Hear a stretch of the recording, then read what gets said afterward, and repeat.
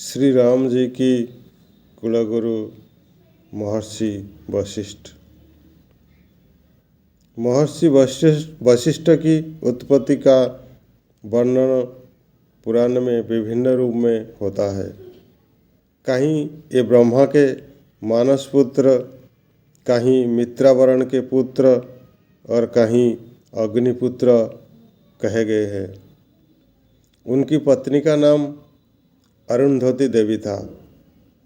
जब उनके पिता ब्रह्मा जी ने उन्हें मृत्युलोक में जाकर सृष्टि का विस्तार करने तथा सूर्यवंश का पुरोहित कर्म करने का आज्ञा दी, तब उन्होंने पुरोहित कर्म को अत्यंत निंदित मानकर उसे करने में अपने असमर्थता व्यक्त की। ब्रह्मा जी उनसे कहा, इसी वंश में आगे जाकर मर्यादा पुरुषोत्तम भगवान श्री राम अवतार ग्रहण करेंगे और ये पुरोहित कर्म ही तुम्हारी मुक्ति का मार्ग प्रशस्त करेगा। फिर उन्होंने इस धराधाम पर मानव शरीर में आना स्वीकार किया। महर्षि वशिष्ठ ने सूर्यवंश का पुरोहित करते हुए अनेक लोक कल्याणकारी कार्यों को संपन्न किया।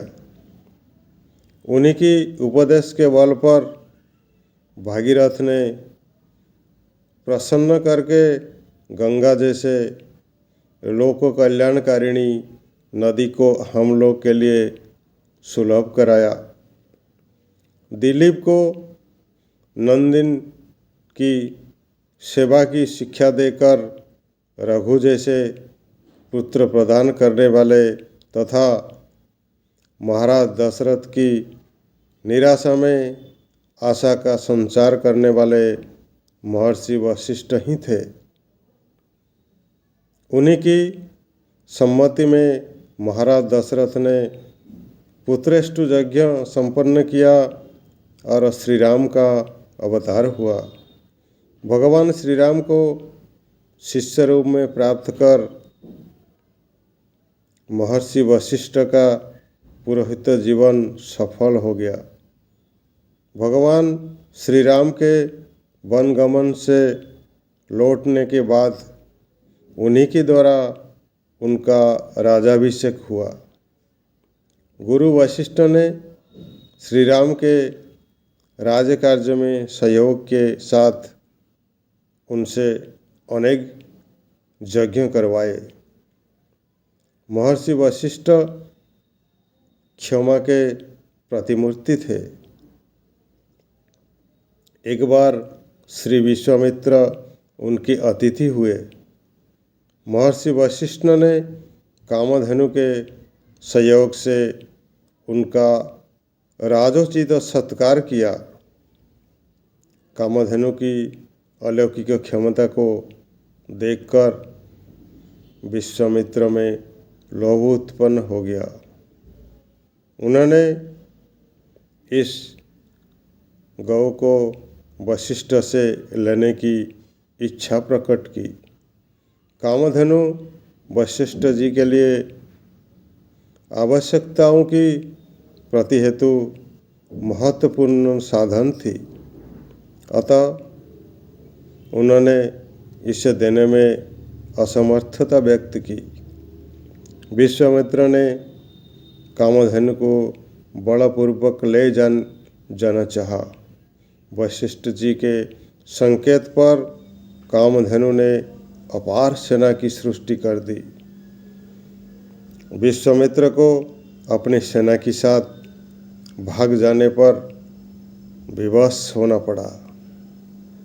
देश भावना से प्रेरित होकर विश्वामित्र ने भगवान शंकर की तपस्या की और उनसे दिव्यास्त्र प्राप्त करके उन्होंने महर्षि वशिष्ठ पर पुनः आक्रमण कर दिया। किंतु महर्षि वशिष्ठ के ब्रह्मदंड के सामने उनके सारे दिव्यास्त्र विफल हो गए और उन्हें क्षत्रिय बल को धिक्कार कर ब्राह्मणत्व लाभ के लिए तपस्या हेतु वन जाना पड़ा। विश्वामित्र की अपूर्व तपस्या से सभी लोग चमत्कृत हो गए। सब लोग ने उन्हें ब्रह्मर्षि मान लिया, किंतु महर्षि वशिष्ठ के ब्रह्मर्षि कहे बिना ब्रह्मर्षि नहीं कहला सकते हैं। अंत में उन्होंने वशिष्ठ जी को मिटाने का निश्चय कर लिया और उनके आश्रम में एक पेड़ पर छिपकर वशिष्ठ जी को मारने के लिए उपयुक्त अवसर की प्रतीक्षा करने लगे। उसी समय अरुंधति के प्रश्न करने पर वशिष्ठ जी ने विश्वामित्र की अपूर्व तप की प्रशंसा की।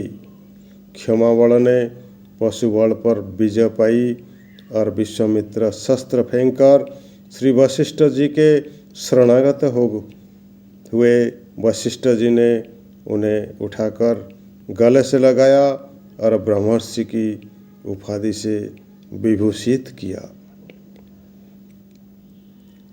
इतिहास पुराण में महर्षि वशिष्ठ के चरित्र का विस्तृत वर्णन मिलता है। ये आज भी सप्तर्षियों में रहकर जगत का कल्याण करते हैं। ऐसे ऋषि मुनियों ज्ञान को प्राप्त कर जगत के कल्याण हेतु अपनी जीवन समर्पण करते थे। उनकी पद कमल पर कोटि कोटि नमन, कोटि कोटि नमन, कोटि कोटि नमन। जय जय आर्य भारतवर्ष, जय सनातन।